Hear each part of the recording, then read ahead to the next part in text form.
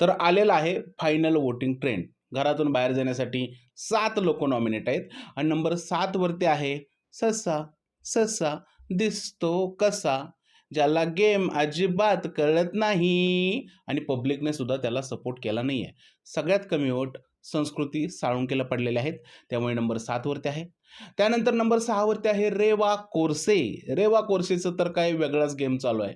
राखी सावंत जर का नसती तर रेवाने घरामध्ये काय केलं असतं? किंवा राकेश बापट नसता तर रेवाने घरामध्ये काय केलं असतं? हा प्रश्न संपूर्ण महाराष्ट्राला पडलेला आहे. त्यामुळे महाराष्ट्र रेवाला जास्त वोट करताना दिसत नाहीये आणि ती नंबर 6 वरती आहे. नंबर 5 वरती आहे दीपाली सय्यद. खरं तर काल उत्तम टास्क खेळण्याचा प्रयत्न केला होता. विशाल समोर लढाई करण्याचा प्रयत्न केला होता. तरीसुद्धा त्यांच्या वोटिंगमध्ये काही बदल नाही झाला आहे आणि त्या नंबर 5 वरती आहेत. नंबर 4 वरती आलेला आहे प्रभू शेळके. कालपर्यंत नंबर 3 वरती होता. आता तो नंबर 4 वरती आलाय. हे थोडंसं शॉकिंग आहे.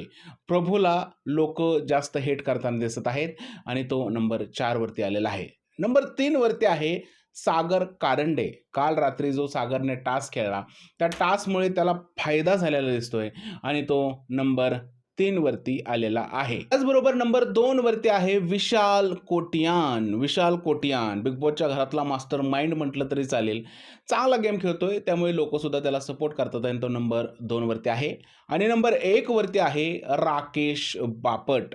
राकेश बापटचा घरात गेम नाहीये, तरीसुद्धा त्याचे चाहते त्याच्यावर खूप जास्त प्रेम करत आहेत आणि त्याला भरपूर वोटिंग होतंय, म्हणून तो नंबर 1 वरती आहे. तर हेच आहेत शेवटचे वोटिंग ट्रेंड. नंबर 1 वरती आहे राकेश बापट, तर नंबर शेवटी आहे ससा अर्थातच संस्कृती साळुंके. तुम्हाला काय वाटतं यामधील नक्की कोण जाईल घरातून बाहेर? बिग बॉस जसं बोललेलं आहे, या आठवड्यात 1 इव्हिक्शन होणार, 2 होणार की 3 होणार? काय वाटतं? सगळ्या गोष्टी कमेंटमध्ये सांगा. व्हिडिओ आवडला असेल तर त्याला लाईक करा, शेअर करा.